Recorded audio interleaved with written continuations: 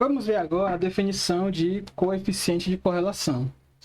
O coeficiente de correlação, ele é uma métrica que basicamente mensura, né, a dependência ou a associação linear entre duas variáveis aleatórias. Nesse caso, eu estou usando apenas duas variáveis aleatórias. Ele leva uma vantagem em relação à covariância, porque a covariância, a depender das unidades de medidas de x e de y, se a escala de variabilidade de x for muito grande ou a de y que for muito grande ou vice-versa, isso interfere de forma significativa no valor da covariância. Então, uma forma de eliminar a desvantagem da diferença entre escalas de variabilidades de x e de y, propôs-se, então, o coeficiente de correlação, que é basicamente a covariância dividido pelo produto dos desvios padrões de x e de y. Fazendo isso, você elimina o problema da diferença entre variabilidades de x e de y, e o valor resultante do coeficiente de correlação, que a gente vai usar como nomenclatura o ρ de x e y, vai ser um valor entre menos 1 e 1. Vamos estar aqui no próximo slide, né? O coeficiente de correlação das variáveis aleatórias x e y satisfaz a seguinte desigualdade, ou seja, o valor do coeficiente de correlação vai cair sempre na escala, no intervalo entre menos 1 e 1.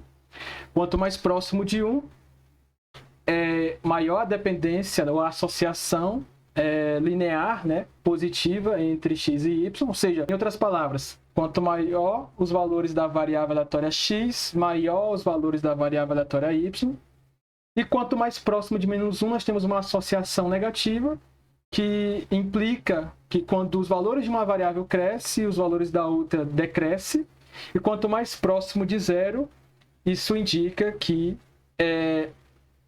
a não existência ou a fraca existência de associação linear entre as variáveis aleatórias, ok? Uma outra observação que precisa ser frisada aqui é que, por mais que, por exemplo, o coeficiente de correlação resulte no valor zero, por exemplo, isso não significa que as variáveis aleatórias x e y não sejam independentes.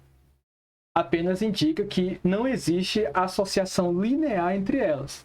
Vamos resolver essa questão. Uma urna contém 3 bolas vermelhas e 5 brancas. Retiram-se sucessivamente da urna 2 bolas, repondo-se a bola selecionada a cada retirada. Ou seja, antes de eu retirar a segunda bola, eu reponho a primeira na urna. Seja as seguintes variáveis aleatórias, né? x1, né, para i igual a 1. A variável aleatória x1 é igual a 1 se a bola retirada na primeira vez for branca, e x2 igual a 1 se a bola na segunda retirada for branca, ok? Vamos determinar a distribuição conjunta e depois calcular o coeficiente de correlação. Então, vamos aqui construir a tabelinha para definir a função de probabilidade conjunta 0 e 1, 0 e 1. Ok? Aqui eu vou colocar a marginal de x1.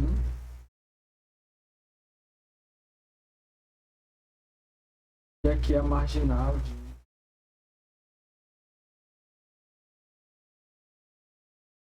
x2, tá bom? Vamos construir o diagrama da árvore para nos ajudar nesses cálculos de probabilidade. Então, vou chamar de B1, bola branca na primeira retirada. B1, bola vermelha na primeira retirada.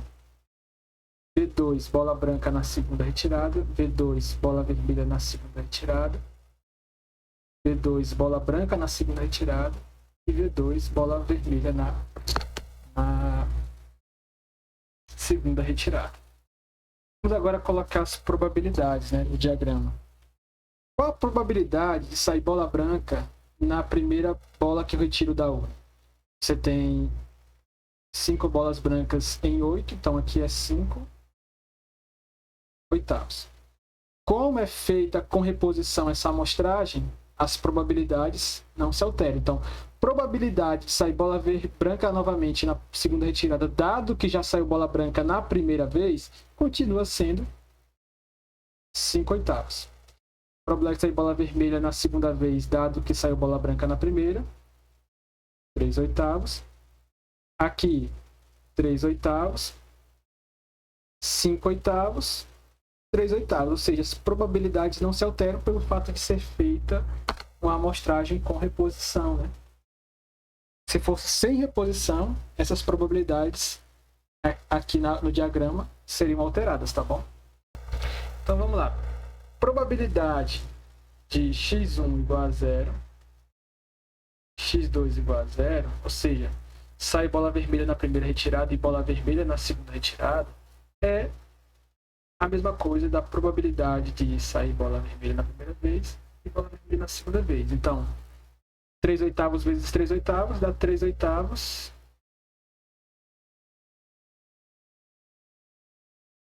ao quadrado, né? Então, aqui, 3 oitavos ao quadrado.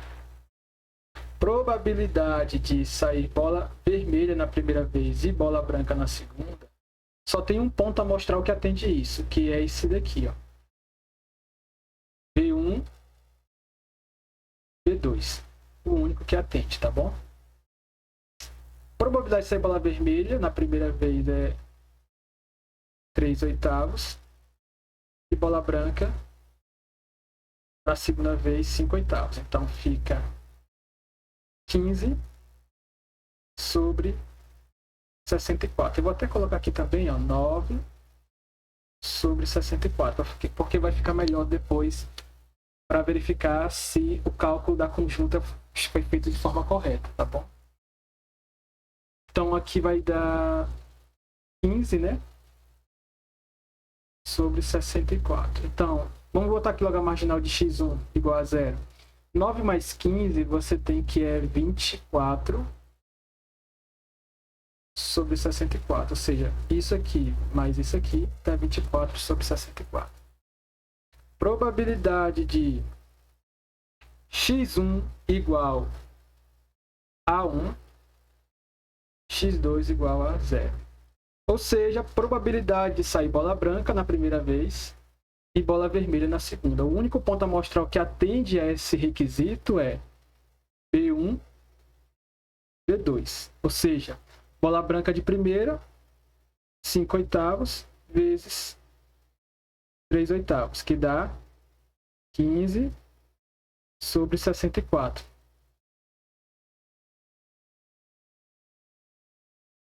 Calculando aqui a marginal também, ó, 9 sobre 64 mais 15 sobre 64 dá 24 sobre 64.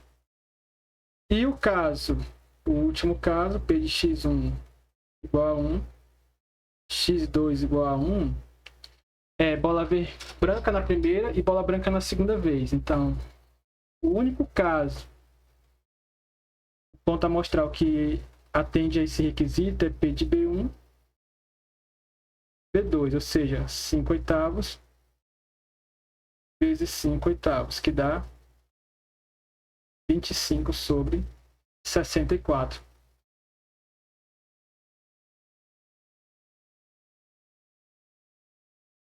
Calculando agora as marginais que estavam faltando. 25 mais 15 dá 40 sobre 64, ó. E agora, 24 mais 40 dá 64 sobre 64, que dá 1. E aqui dá 40 sobre 64. Somando todos os valores aqui, esses quatro valores da conjunta, da probabilidade conjunta de x1 e x2 é para dar 1. E como a gente acabou de ver, de fato dá 1. Logo, o cálculo da conjunta, da função de probabilidade conjunta de x1 e x2 está correto. Vamos calcular agora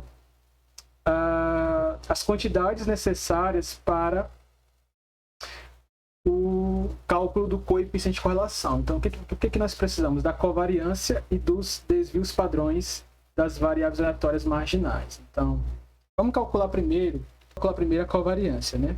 Covariância de x1 e x2 é igual à esperança de x1, ou seja, a esperança da conjunta menos o produto das esperanças marginais. Tá bom? Então vamos lá. Deixa eu colocar aqui na lateral as marginais de x1 e x2, tá bom? x1 são em valores 0 e 1. Então, ó, e aqui a probabilidade. Lá de x1 ser igual a 0, subindo aqui um pouquinho mais, é igual, ó, valor da coluna, da última coluna, 24 sobre 64. P de x1 ser igual a 1, 40 sobre 64. E a marginal de x2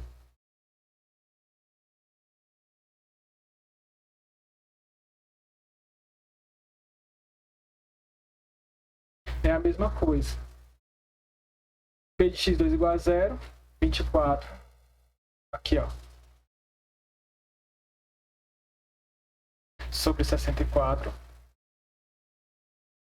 P de x2 igual a 1, 40 sobre 64. Ok? Vamos calcular agora a conjunta e depois a esperança conjunta e depois as esperanças marginais. Então, vamos lá. A esperança de x1 e x2 lembra lá da fórmula que a gente fez anteriormente? É 0 vezes 0 vezes a probabilidade de x1 ser igual a 0 e x2 igual a 0, mais 0 vezes 1 vezes isso aqui, mais 1 vezes 0 vezes isso aqui, mais 1 vezes 1 vezes isso aqui, tá bom? Então vamos lá. Deixa eu botar aqui a fórmula também, né, para vocês entenderem.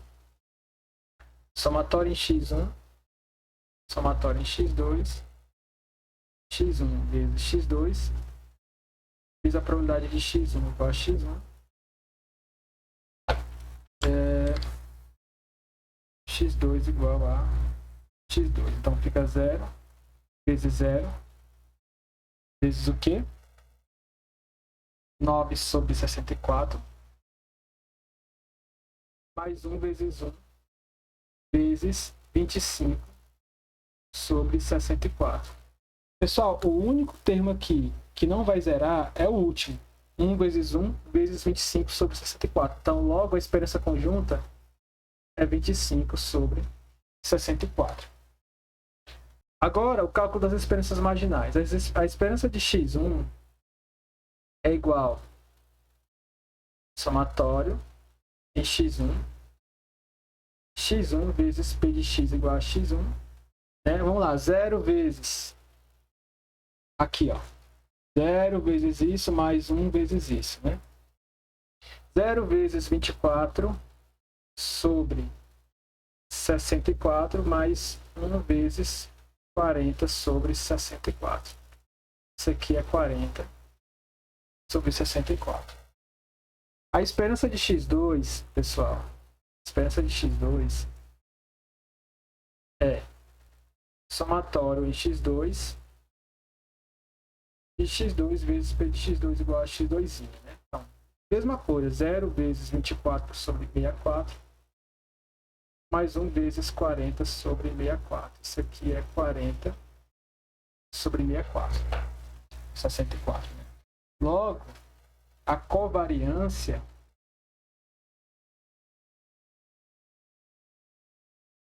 é 25 sobre 64 menos 40 sobre 64 vezes 40 sobre 64. Esse cálculo vai resultar em 0. Ok? O cálculo da covariância de x1 e x2 é 0.